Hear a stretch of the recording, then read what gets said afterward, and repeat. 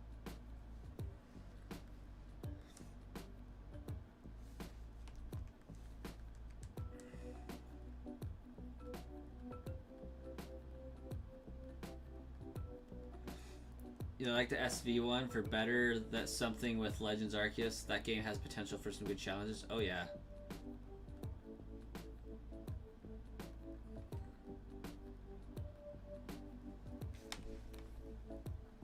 And I'm excited. I'm excited for that.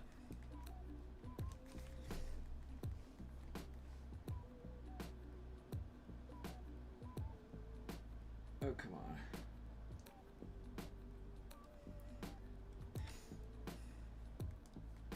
Well, Nightbot has yet to infect the other channel, so consider yourselves lucky.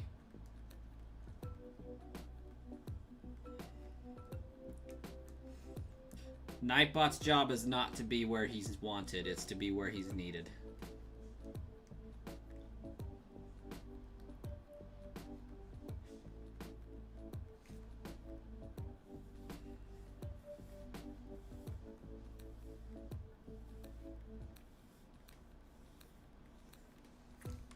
Also, we have 12 people watching. I just want to throw that out there. There's currently 12 people watching right now. Hello. Welcome. We don't see you because you're not chatting, but we're glad you're here.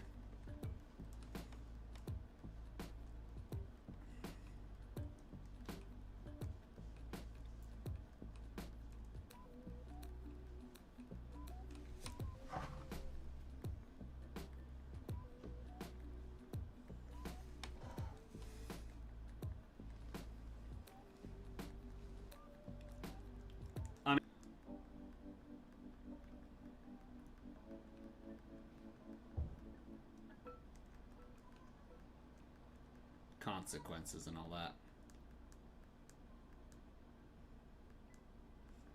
You just realized if you put you as a mod, you can't be. You gotta be setting a good example. Yeah, a little bit.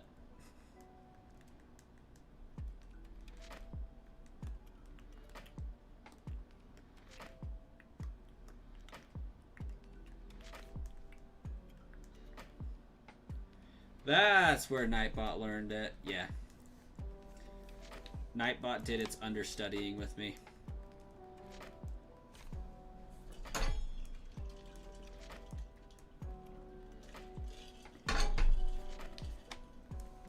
Listen to Toddler Face scream his head off too many times. I want the other swing. I want other swing. I want other swing.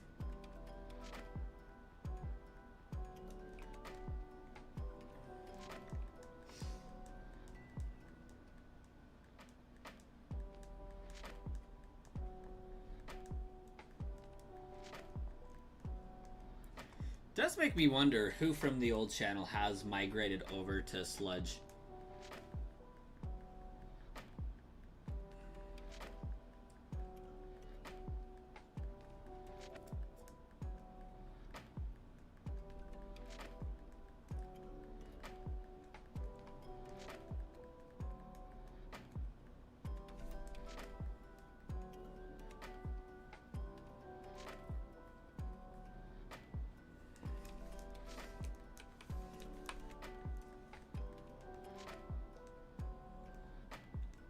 You could give up bullying Nightbot. Just for the sole purpose of having a blue name. It's fun sometimes to have a blue name.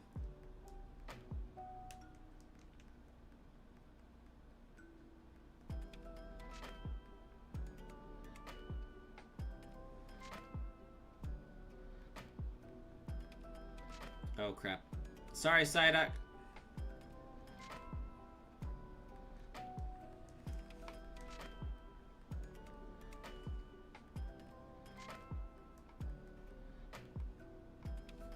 I think the worst part about evolving Psyduck is it's one I know for sure you can get a Golduck in the very next area that we unlock. And it's just like, if I could only wait until after we get Surf, I could find a Golduck in Seafoam Islands.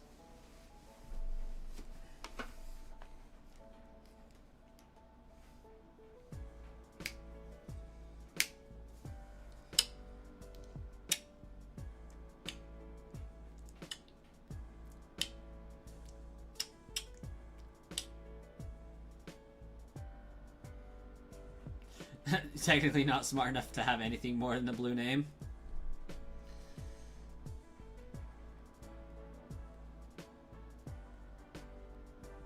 That's fair.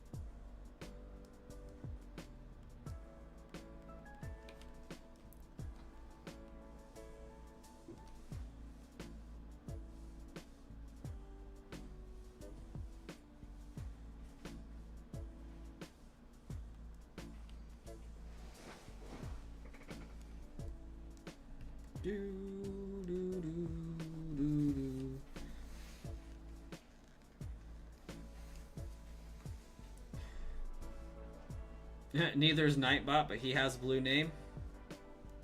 He's got the mentality of a goldfish.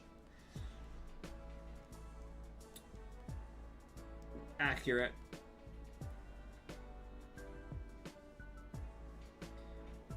You feel like Golduck would be a creepy Pokemon? Yeah. I mean, you saw what they did to it in the live action. Not live action, but Detective Pikachu. I'm pretty sure there's a Golduck in there and a Hypno, and it looks terrifying.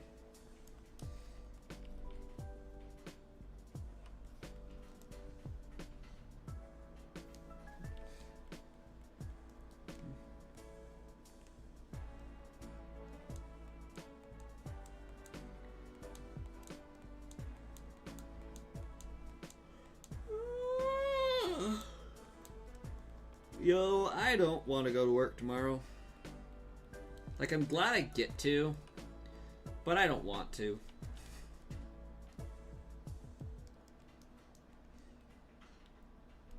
Ready for this Tentacool to get major levels.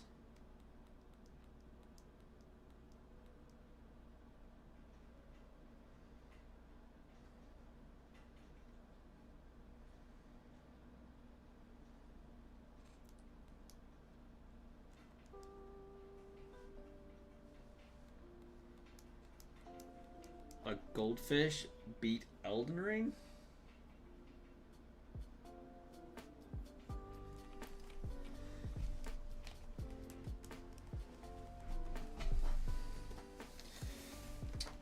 I tried playing Elden Ring. Was not a fan. Died way too much.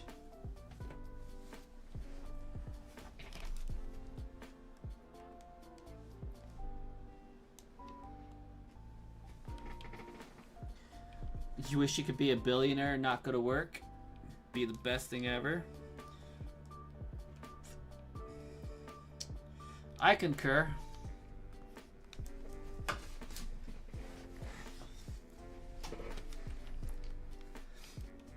I have enough subs on Brasscoin on this channel that if everybody donated $2, I could have a down payment for a house.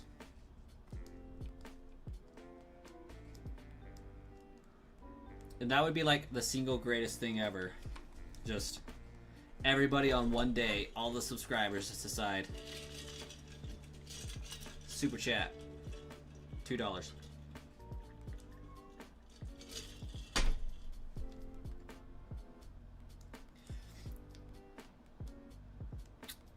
Crowdfund my house.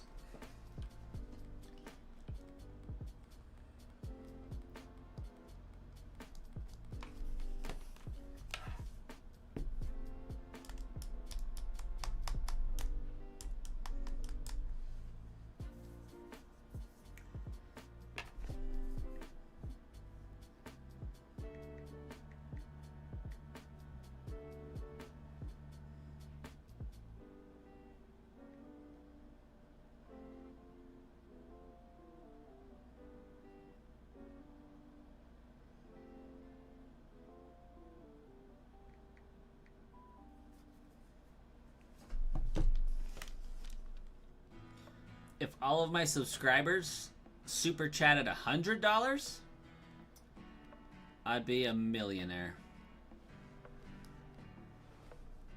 Isn't that crazy to think about?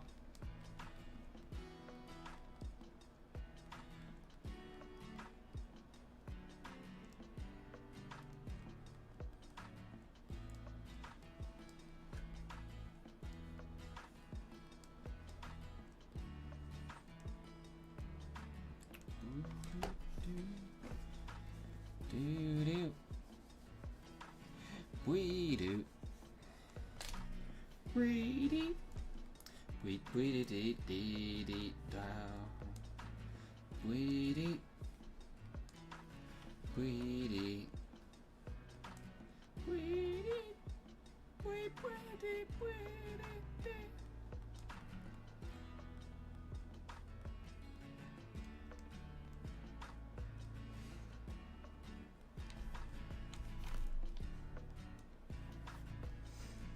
And maybe this is why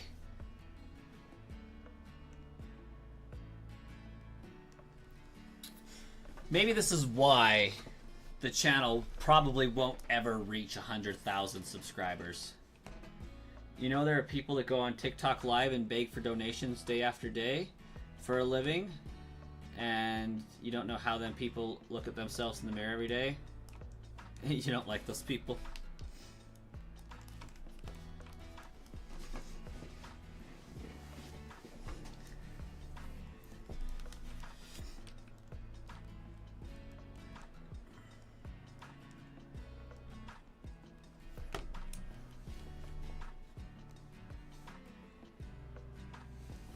Half of them are annoying. Yeah.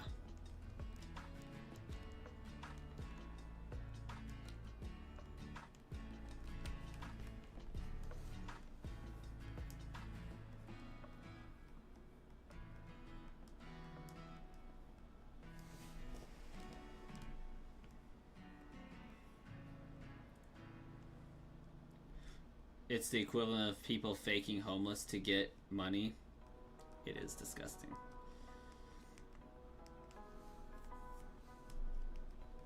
See, the reason why, yeah, like, I don't understand. Okay, maybe I do. The thing about money is it only makes you more of who you are.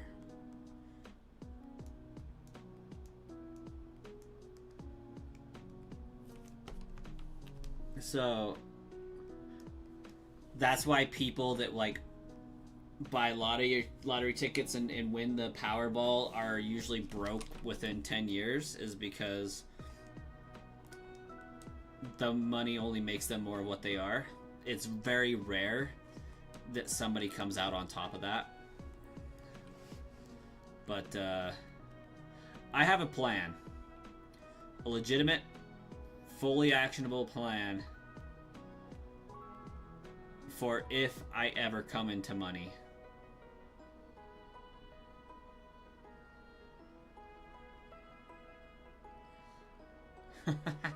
You'd like to donate to Brass if you had the money, but if he were to be begging for it, he would just leave. That's fair.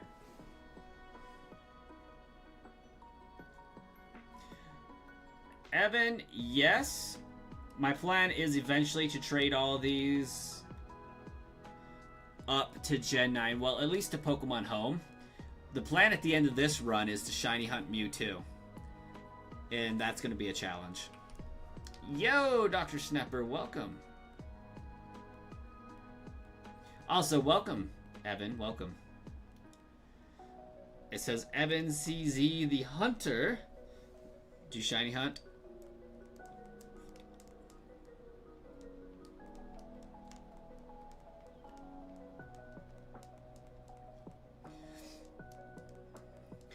Like I have a plan for any amount of money I can possibly come into. It doesn't like rip and shipper. That makes sense. How am I going to get the event exclusive anything? What do you mean? You mean like the Living Dex event exclusives?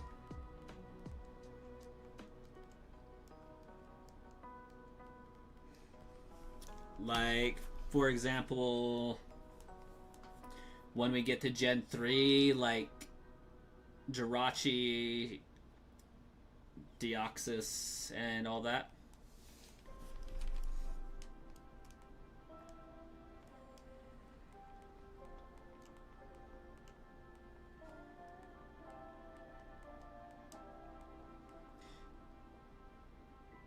Celebi, Darkrai, okay. Mew and Celebi are taken care of due to the 3DS here and the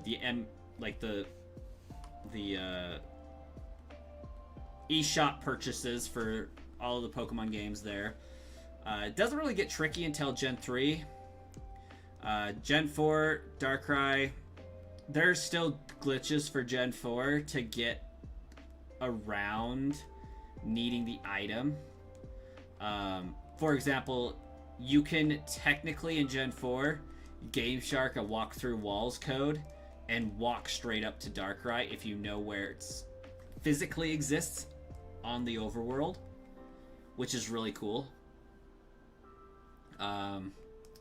Same thing with Shaman. You can walk through walls to get it with a simple action replay. But much more simpler than that is distribution carts exist. Pretty easy to make work.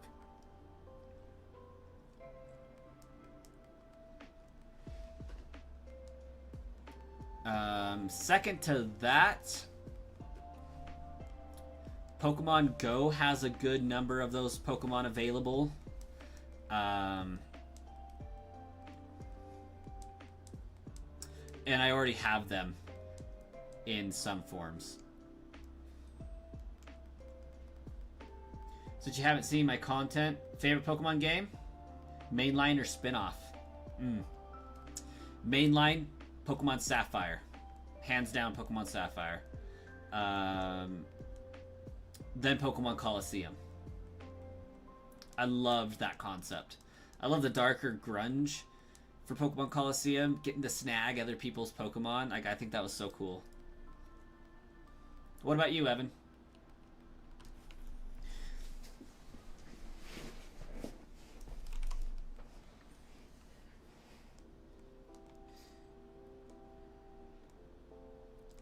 Nightbot secretly is a rip-and shipper. That's what it does when I'm not streaming.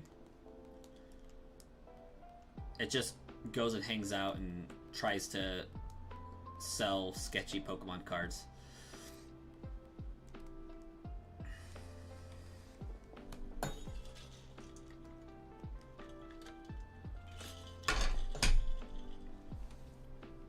You're going to assume Sapphire was my first? The Shadow Pokemon games need good remakes. You are correct on the second half of that. The game I am playing was actually my first.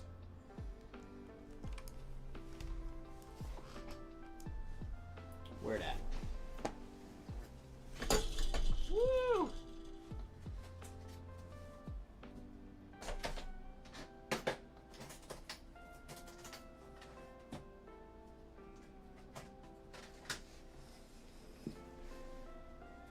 This was my first.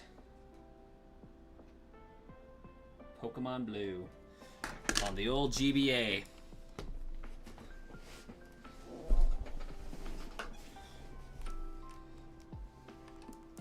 I was 9 or 10 when Gen 3 came out.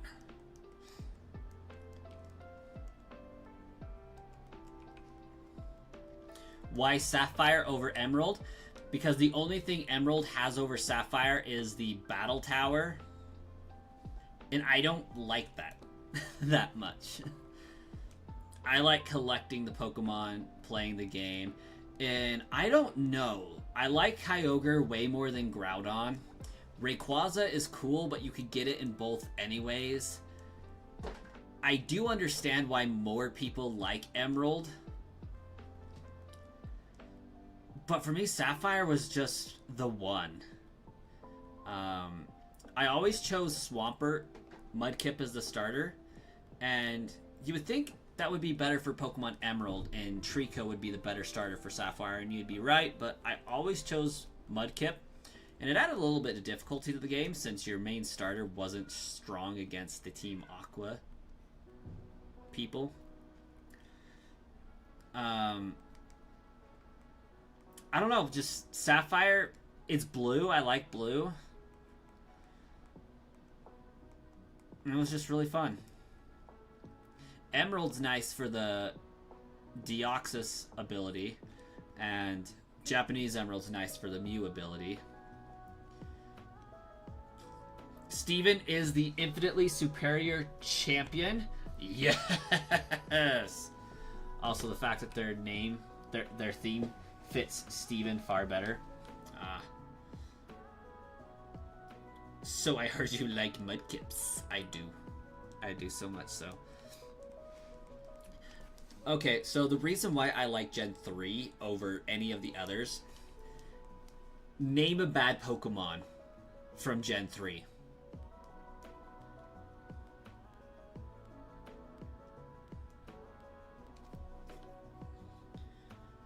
And it, like, arguably bad.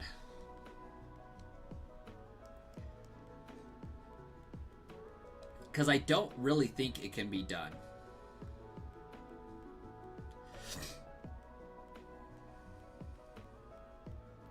Because, like, you got some bangers in every generation. You got some misses. But, realistically speaking, the were fire. Hopefully, we're still streaming.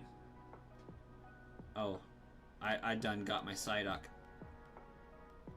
nixed. Oops. Skitty? Nah, Skitty's like the first legitimate cat, isn't it?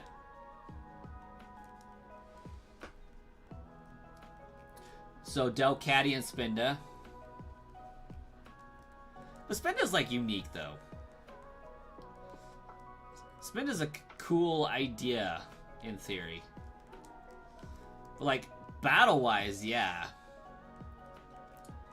Third gen is elite, though.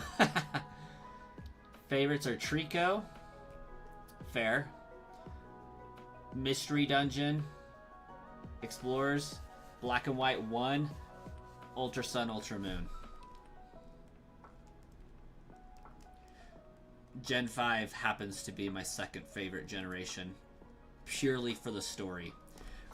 Gen 3, aside from me thinking that, like, all of the Pokemon are awesome to some degree, Gen 3 has the greatest ability of exploration, you know, barring the water that everybody has complaints about. Gen 3 is like the only generation where the legendaries aren't explicitly handed to you. Like, yeah, Kyogre and Groudon are kind of put in your path, you know. And Rayquaza can be hunted down. Latios and Latias can be hunted down. And yeah, it gives one of them to you as far as, hey, there's this Pokemon that might be roaming around. Go find it. But, like, it's a pain in the butt to find it the first time. And I agree with that, Starkiller. Second gen is also great for the same reason with Ho-Oh and Lugia and the 3 Beasts. They don't explicitly give you the legendaries, and you have to go find them. Like, the quest to go underground, or underwater, and there's so many spots where you can go underwater in the Hoenn region, and just one of them happens to lead to something freaking awesome with the Reggies. Like, that's awesome. And then, here's this task. You have to read it in Braille. Good luck with that.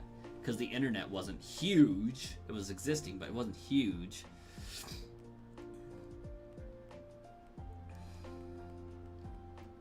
And then it unlocked 3 doors. Like, okay, now you get to go find where those 3 doors might be, find the Reggies, and then when you get there, you have to read more Braille to figure out how to unlock their inner chamber door. It was just cool. It was cool.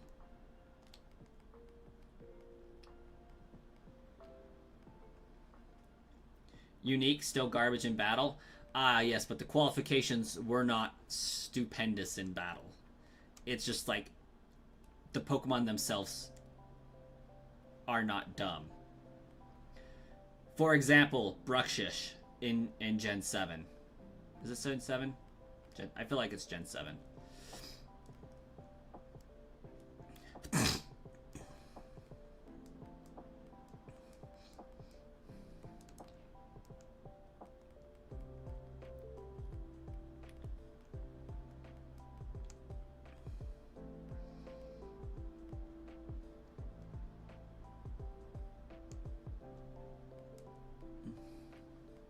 And it's not a freaking ice cream cone either from Gen 5. Like, I will hate on Vanillish all day.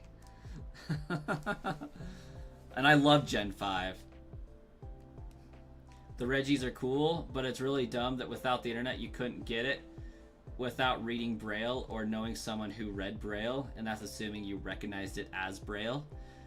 Yeah, it was really dependent on attention to the magazine. That's actually how the news got out. Because you could buy the guide, and the guide said, hey, this isn't what this says, but this is Braille, go check it out. The game manual also said that there will be a puzzle in Braille. So, like, if you did happen to read through the game manual, like, the actual came in the box, it does let you know about that. Not that any kid ever read through the freaking manual, but you basically had to go to a library and look for a book on Braille. Which, accessibility versus playability and whatnot, I still think it's kind of cool. That it's not just like the answer is in the game somewhere. Like, it would have been even cooler. Like, Gen 5 has the library in Candies. Have a library in the game somewhere that you can go to and find, hey, this mark means this, and like you can read through all the books and figure out and write down the Braille. That would have been even cooler. You like the ice cream cone? I like Vanillish, don't get me wrong, but I throw hate at it all day. Ooh, crap. Psyduck, no! Psyduck, no! Why do I keep doing this to you?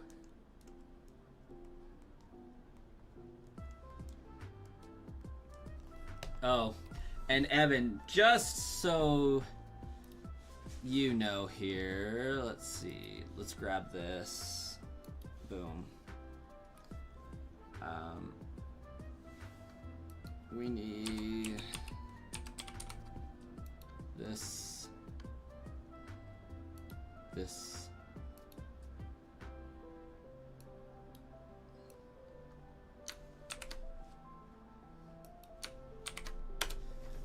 This is the channel I will be streaming on in the future.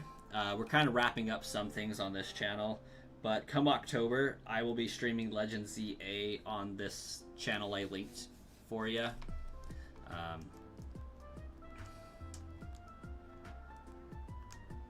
We're kind of splitting some stuff on the channel. Shiny hunting, card openings, challenges will be done on this new channel. Hey, Jay, welcome.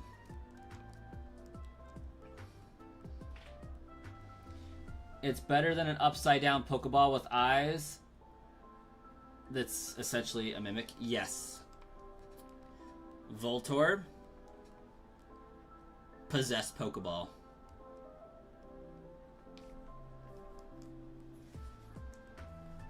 And, like, Voltorb's cool, but it's also dumb. It gets a pass because it's Gen 1, more or less. I was like, oh, it's a Pokeball that's been energized. Oh, that's kind of cool.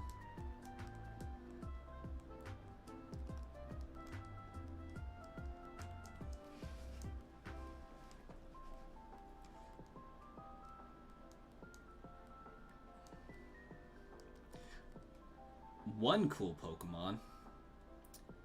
Aegislash. Aegislash was so cool.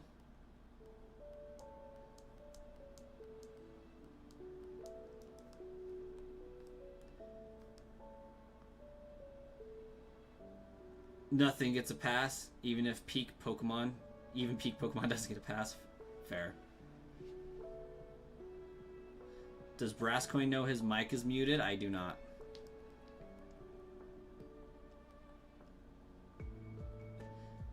I've seen Shark occasionally, but it's been very, very brief. Who I haven't seen in a very long time is Wookie Spooky. Aegislash is not lame. It's a possessed Sword and Shield. It looks so cool. Its shiny is awesome. Easily one of the best shinies they've ever made.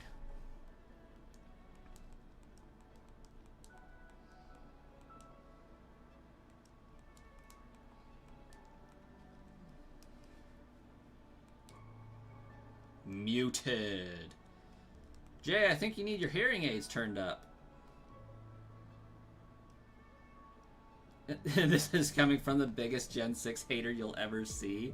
Love that.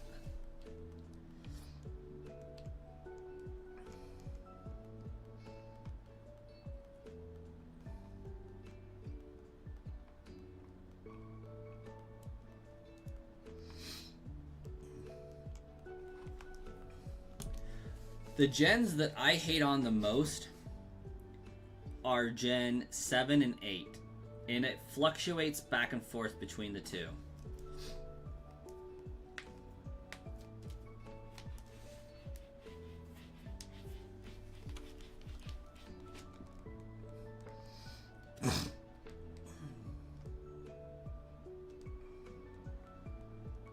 You could hear the music, but not me? That is weird.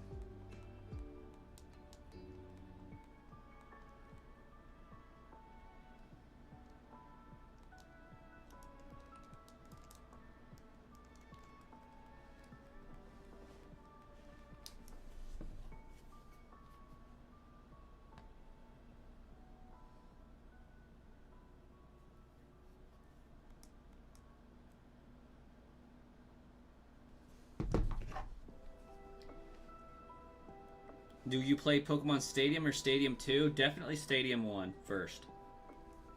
Not that they have any sort of chronologically, really. I actually kind of wonder if... You don't suppose Stadium 1 would link up with the 3DS version of Blue, would you? Like, how do you inject Pokemon into Stadium 1? Starkiller hated Diamond and Pearl era? Like the original or the remake? To be fair, you're biased towards Ultra Sun, Ultra Moon because other than Platinum, that's the first hardcore Nuzlocke you completed. Okay, that's fair. Nostalgia a little bit. Challenge, the grind, the grit. So here's the thing. Hey, Stacy, welcome. Welcome. I hate on Gen 8 because Hop is almost a one-for-one direct clone of How in expressiveness, in disposition, more or less. But that's not the worst part about Gen 8 for me. For me, it's every single route. Every route you can possibly enter, it feels like. There is a cutscene pushing along a narrative that's just terrible. Like, you knew Rose was gonna pull some shady crap from the second the TV turned on when you start up the game. Like, you just know. You talk to the guy, you just know. You know? And like, yeah, Lysander had that same vibe going. Whatever.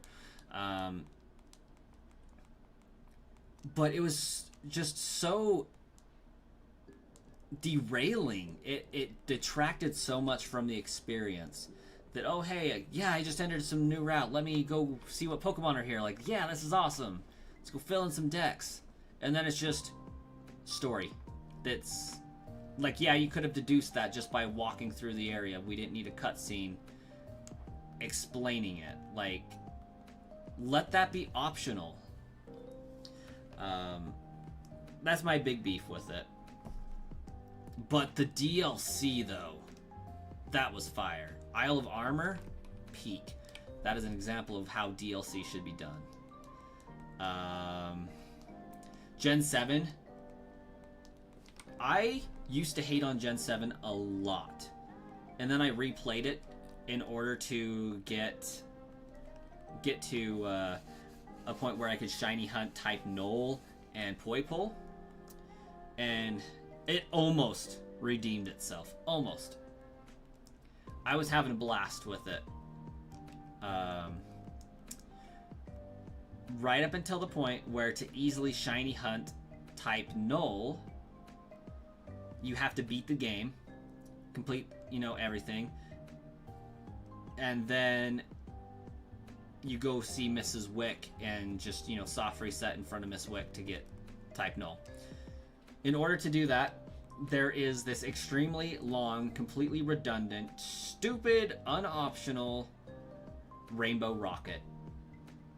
Like, you get hijacked from whatever you want to be doing and get forced to help something that you never... Like, I never used the plaza. Like, I hated being in there. I just thought it was dumb. And then you're forced to save it from Rainbow Rocket and go on this big, long escapade, defeating all of the battles for Giovanni and, Team Aqua, Team Magma, Team whatever. I love the idea of it. Not going to diss the idea. I think it's an incredible, awesome idea to be like, oh yeah, this interdimensional Giovanni that won collected all these other people that won and brought them here for a giant evil team. I think that's a cool idea. Let it be optional since it's post-game. Don't make it interfere with something that I want to do because I just beat the game finally. So that really just pissed me off. But the Pokemon in Gen 7 are phenomenal. I didn't like not having standard gyms. That was my big beef with Gen 7, is not having the gyms. I was getting over it and being like, okay, yeah, this isn't so bad, especially after playing Legends Arceus and, not having real gyms there either. Like, I'm getting used to the idea that Totem Pokemon, Alpha Pokemon, Terra Pokemon can be the gym leader, essentially. And it can be done well. But then, I was like, as it started to redeem itself, Rainbow Rocket just pissed me off. And my initial reason for hating Gen 7 was I played Sun and Moon in tandem to get the exclusives. Got like 70% of the way through them, and Ultra Sun, Ultra Moon came out. Those should have been DLC. It should have been a $10 upgrade. You shouldn't have had to buy a new game. Should have just been a $10 upgrade to unlock the Ultra Wormholes. Because I started over when Ultra Sun, Ultra Moon came out because they were the current games. And they were the exact same crap. I say crap lightly, but exact same crap up until the post game, basically, with very small nuance changes. And it, like, I felt like I was playing the same game. So that was my initial hatred of Gen 7. But replaying through it, I was like, these updates really were nice and necessary. Got some comments to catch up on. Very different characters ultimately between Hop and How. I mean, how so though?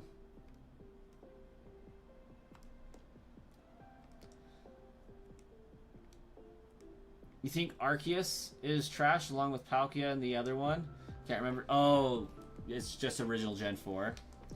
I'm doing good, Stacy. Sorry for ignoring the comments up until now. I was kind of on a rant, I guess.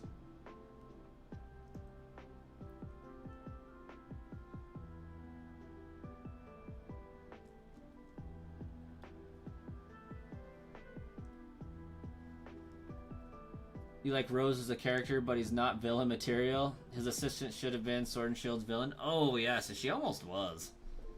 Or go the Necrozma route and make Eternatus the true villain. It's fair. You thought the cutscenes were optional. There was a toggle for them in the options. That's what I was finding out. I tried to turn off the cutscenes for Scarlet and Violet, and it wasn't working for me. It is optional. Nothing in the post-game is mandatory. In order to get from the Elite Four to where I could do Miss Wick, I got hijacked into that plaza, and it would not let me leave until I completed it. My cat just slammed the door.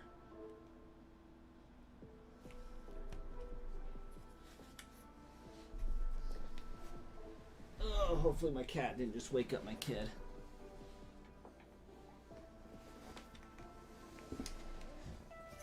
Ooh, Jay got it first.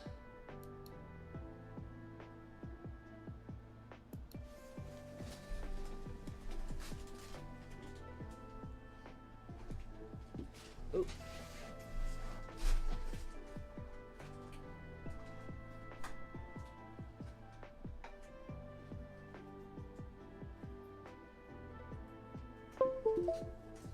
Okay, hopefully we still got headphones.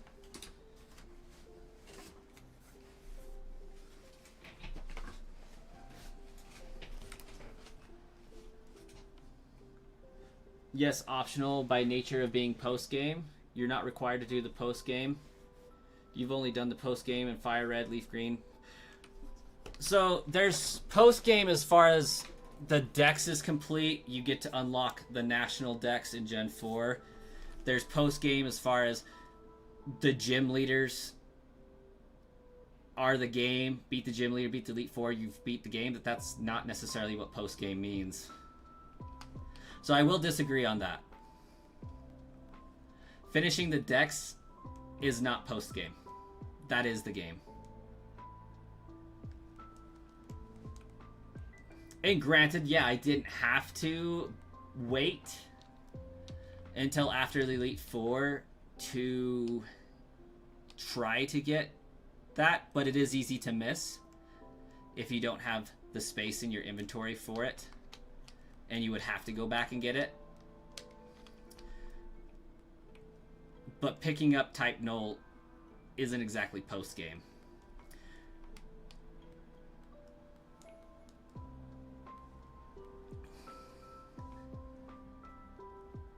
You don't play a game to complete the dex. The tagline used to be "Gotta catch 'em all," like that is the game. Completing the Pokedex is a huge part of the game. It may not be how you play the game, obviously, but it is part of the game to finish the Elite Four and complete the dex. And a lot of times you have to complete the Elite Four to finish the dex. Gen 1, for example, being the very first in the series, you could not get Mewtwo unless you beat the Elite Four. Mewtwo was not post-game. Mewtwo was part of the game. It's similar to the Delta episode in Omega Ruby Alpha Sapphire. And now it's no longer feasible. What's no longer feasible?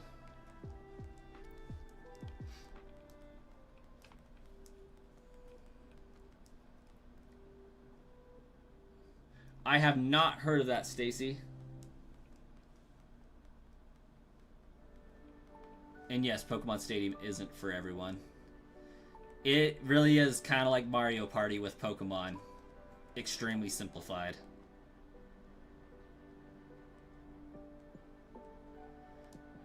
Mew was an event. An extremely, extremely limited event, but it was an official event.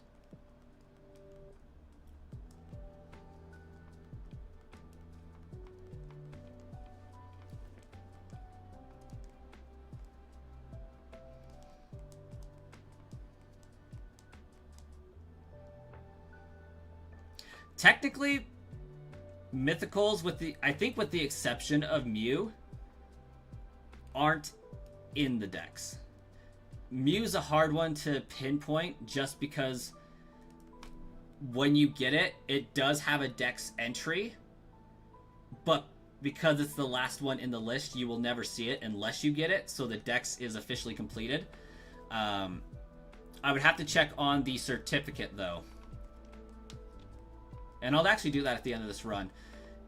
If you can get the certificate of dex completion without it, it's not required for the dex. And mythicals fall under that category. Legendaries, I'm not so sure of, though.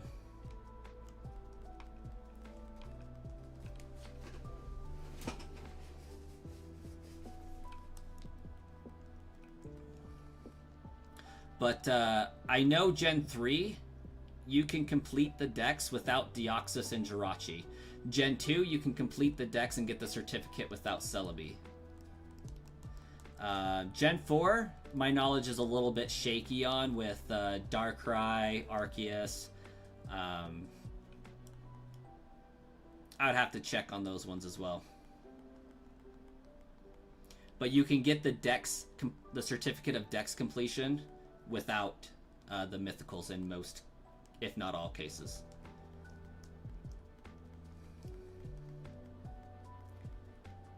The Lotties, you just have to trade, but they are available without events.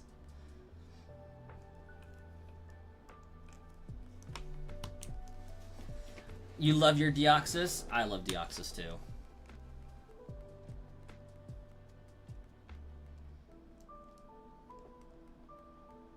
Just part of the mechanics of the games. You have to have one of each copy to complete the game.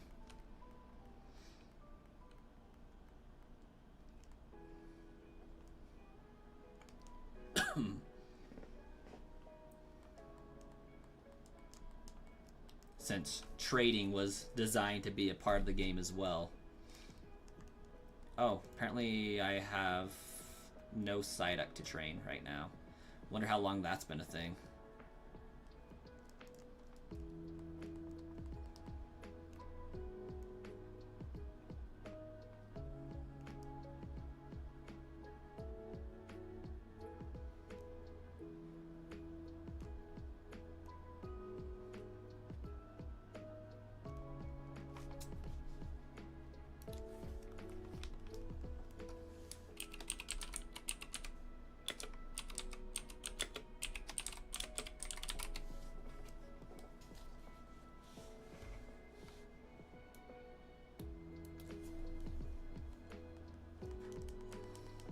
Without trading, you need events. Also, that's a dumb rule, as there are many awesome mythics between Mew, Celebi, Jirachi, both Lotties, Deoxys, Darkrai. What's a dumb rule? That you need to trade to avoid the events? They literally made trading a part of the game for a reason. The point is they're accessible without the event.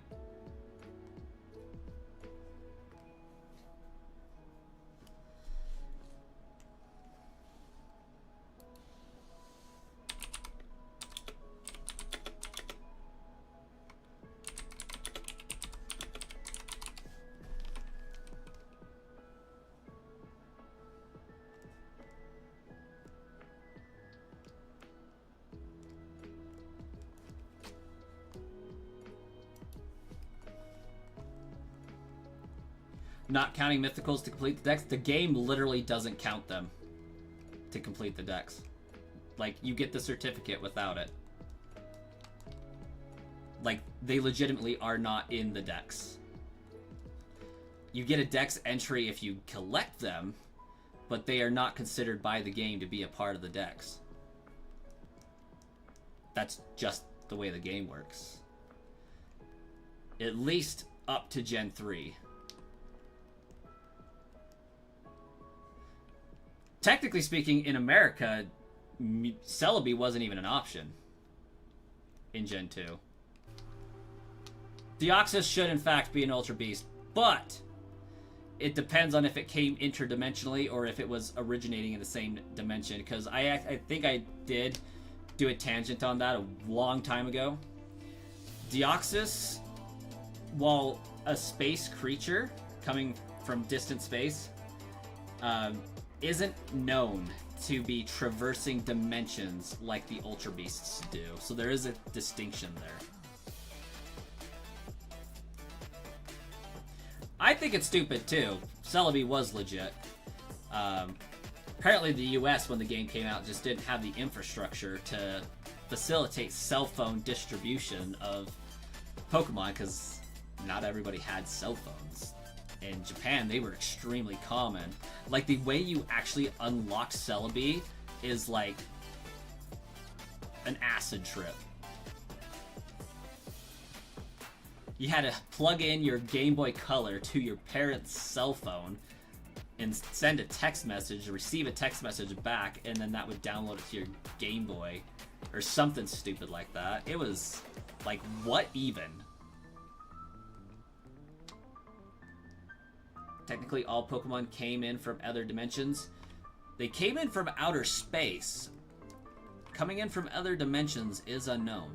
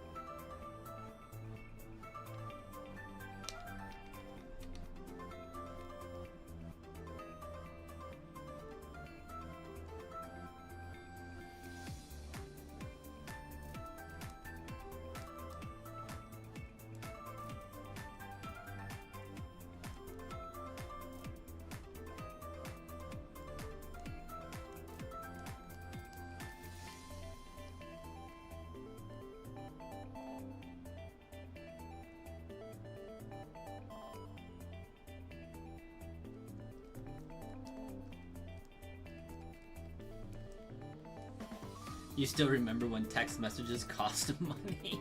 Oh my gosh. Do you remember the days of being like, oh my gosh, I'm about to run over on my minutes? Or call me back at 6 during the peak, or when it's not peak minutes, or whatever.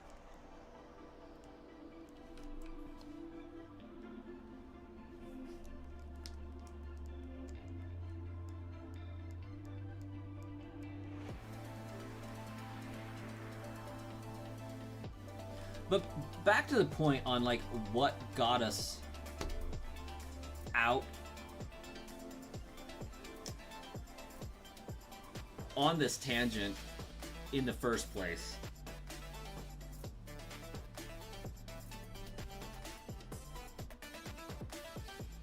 In every other generation, when you beat the game, there may be a little blurb that pops up. Like for Gen 3, it's, hey, check out this news article on TV, or this news broadcast on TV. Hey, there's this strange Pokemon flying around the Hoenn region now. Okay, cool. It doesn't force you into a 3-hour-long ordeal trying to find it. You can continue doing whatever you want. The world is open to you. Latios is post-game, or Latios, depending on your game. It's post-game, but it's optional. You don't have to do that in order to unlock the rest of the game being usable again. And yeah, you could just beat the Elite Four and turn it off and never touch it again. In that vein, yeah, it is optional, but to actually continue playing the game, that part is still optional. For Gen 4, it's, yeah, you get a blurb saying, hey, you got this invitation to this battle island. By the way, there's extra Pokemon over here that you can possibly get too. But you can still explore the rest of Sinnoh without going on this trip to this island. Once you get to the island, there's going to be some story that's mandatory before you can proceed, but you don't have to go there.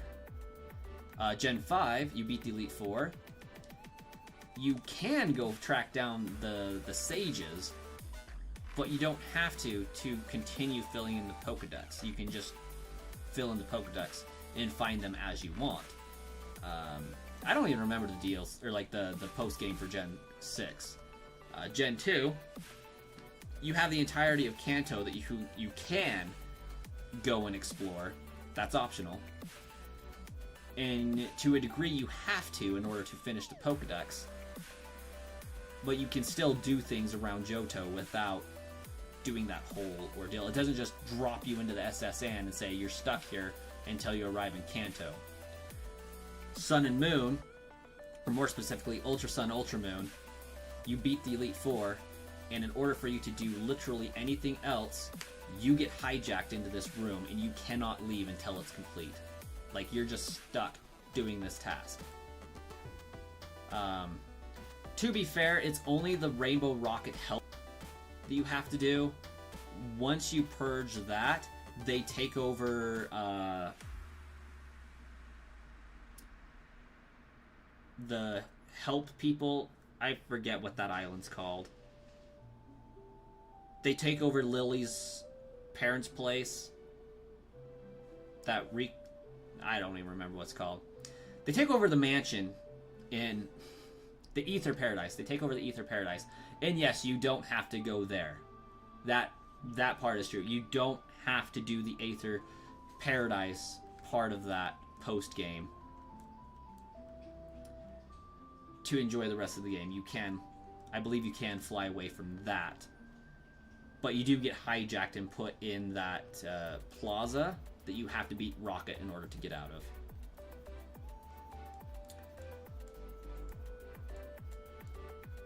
So semi-optional. I think my beef with the Aether Paradise part of it was I could not have that conversation with Miss Wick because the Aether Paradise was taken over by Rainbow Rocket. And that's my bad for wanting to use the game in that way when it wasn't designed to immediately go do that.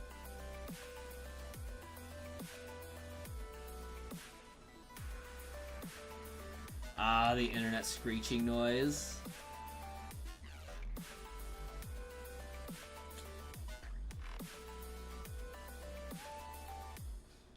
What about when the speakers apparently told you somebody was about to get a call?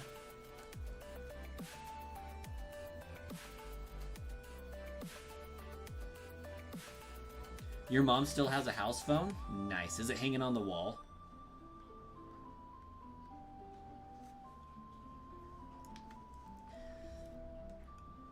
How about the age test? Act like you're gonna pick up and make a, like, pretend you're talking to somebody on the phone. What do you do?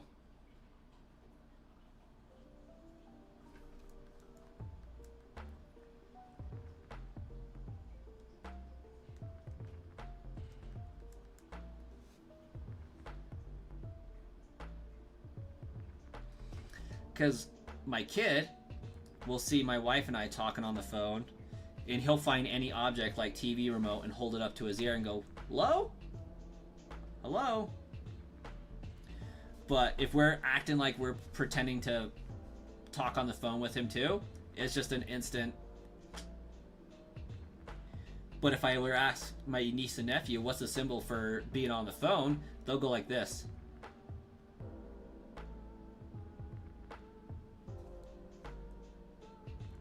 Miss hand slamming down the headset. Nice.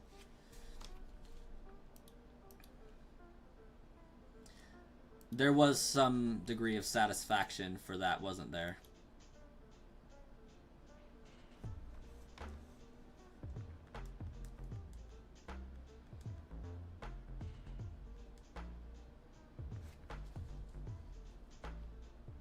I wonder if we still got Evan hanging out in the chat.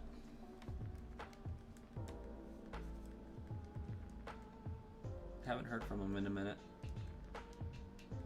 They wrong, it's pinky and thumb out. Yep.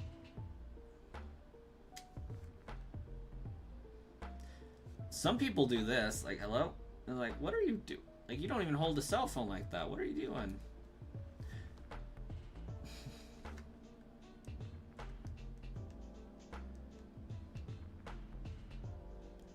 Pretty soon there's going to be no symbol for it at all because we're all going to be like in our headphones just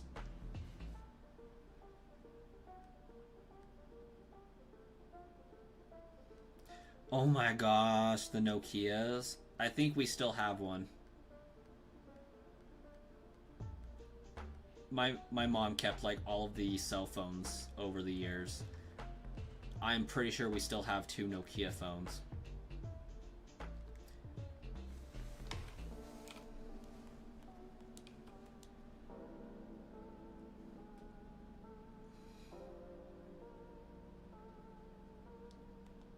You wish you had a Nokia so you could do that? I mean, fair. It was pretty awesome.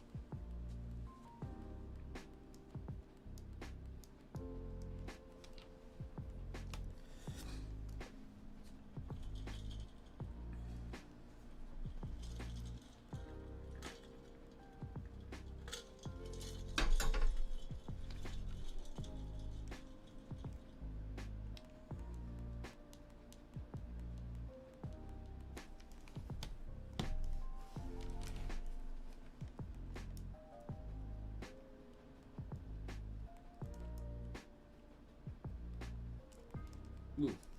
I need to go preheat an oven real fast. I'll be right back.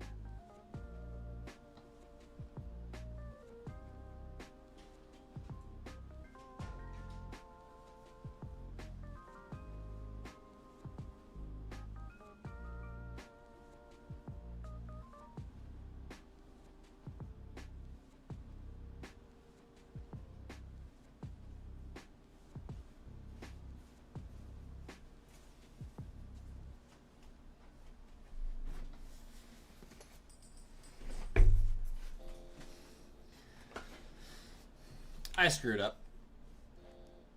I officially screwed up.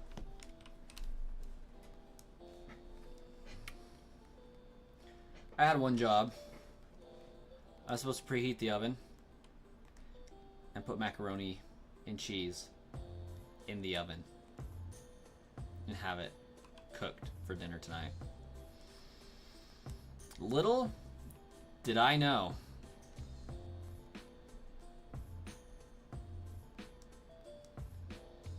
it's 75-minute cook time. 75-minute cook time for mac and cheese? Are you serious?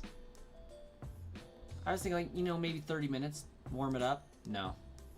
75.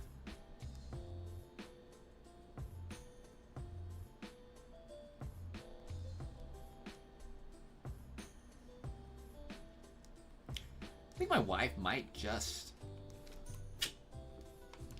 be done.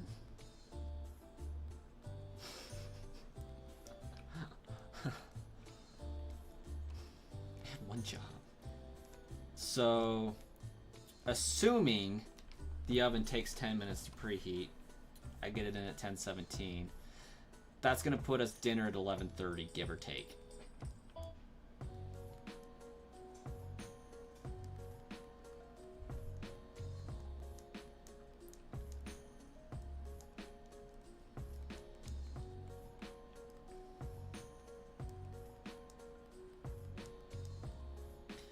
Your oven's preheated, you just made lasagna? I would love to use your oven.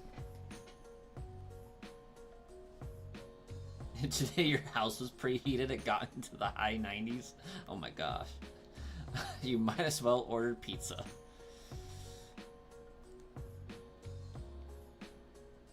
Not a bad idea. Oh yeah, I decided we could have pizza instead.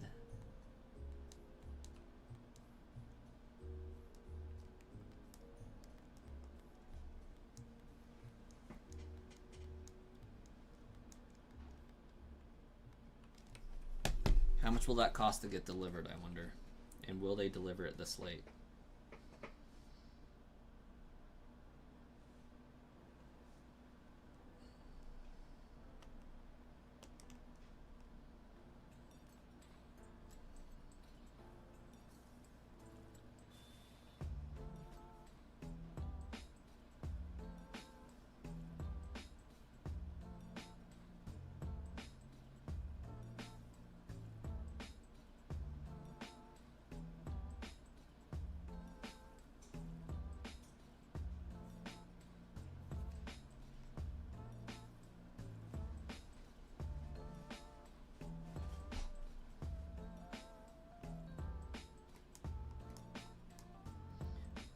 $40 million for pizza.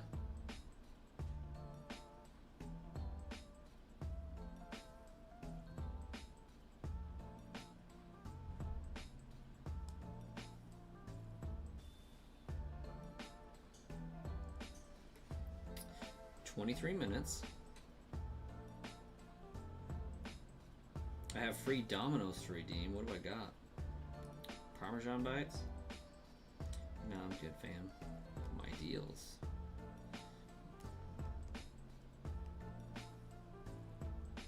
No, I'm good. I'm good.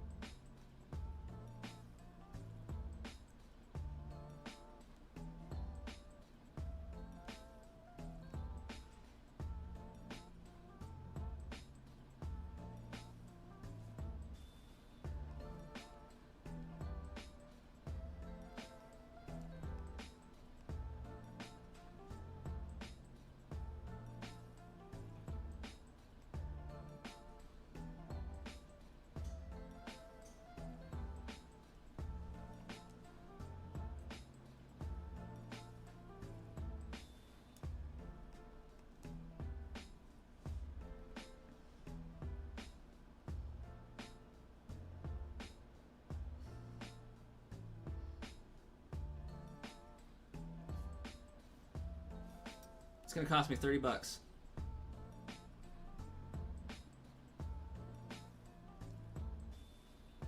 Two pizzas, soda, my sanity.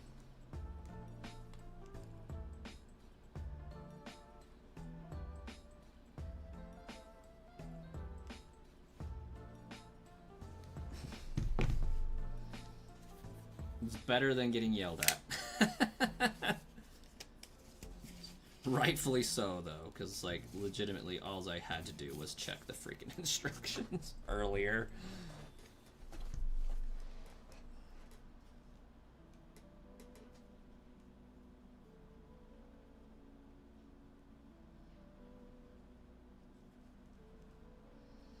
You know, 3 years ago,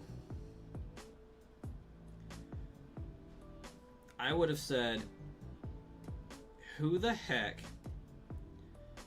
actually orders pizza for delivery? Right? I am that person now.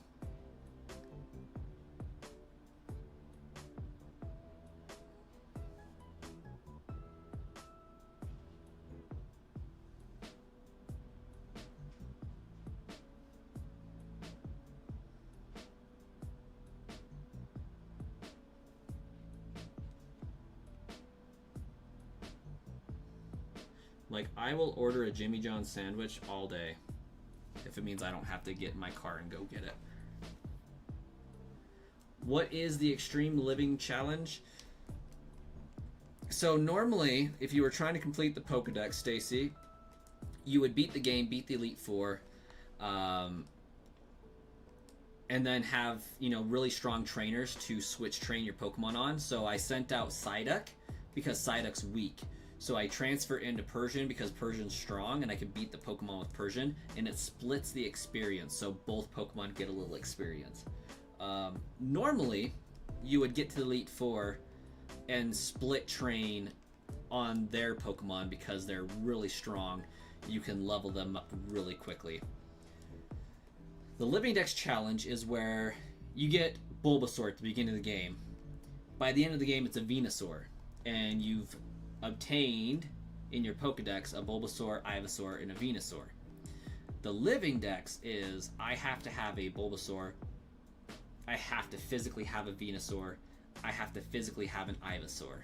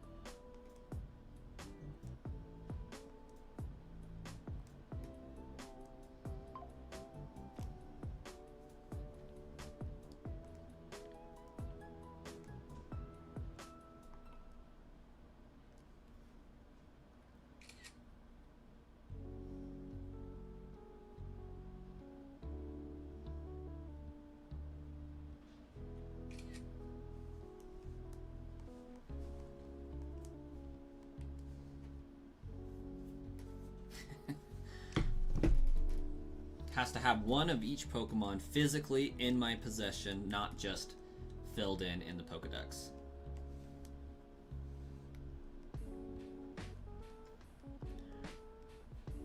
You don't mess around with a hangry wife. The $30 is $30 well spent. Because she's getting off work. She said your one job today is to make sure that dinner's done.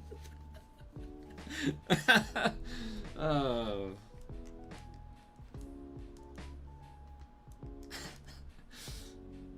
And then, yeah, she's gonna be hangry, so that's not good. You've split trained before? This sounds hard. Yeah, it's extremely tedious and annoying. For example, we're on episode 59, and we have 2 gym badges. We have 2 gym badges. Okay, I'm gonna go put my stuff back in the freezer.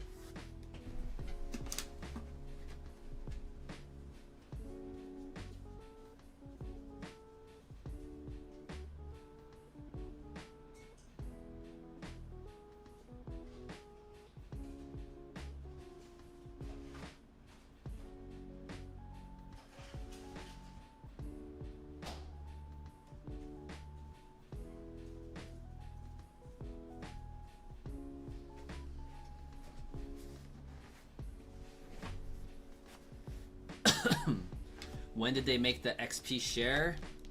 The XP share, I believe, is a held item in Gen 2.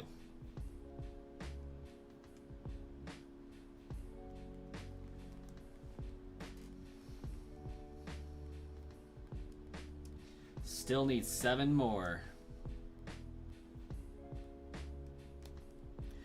Honestly, though, if my wife was a Pokemon, she would be a Morpeko or a Wobbuffet. One of the two. There is no in between.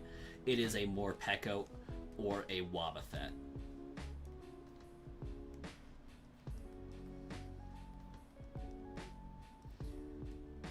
Those are the two Pokemon that would most accurately describe my wife.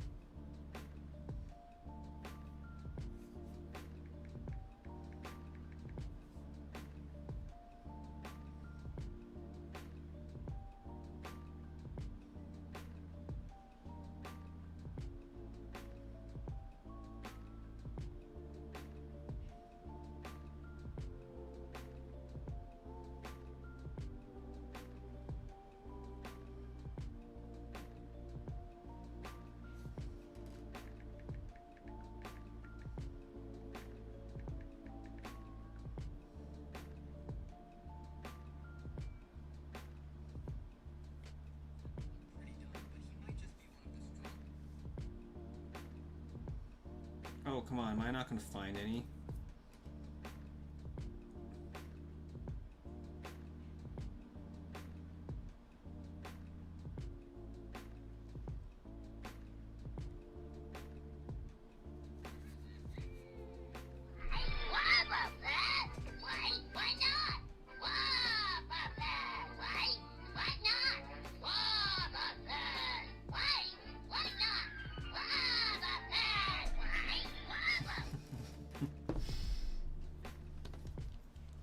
You bet Wifey would have a very interesting battle team.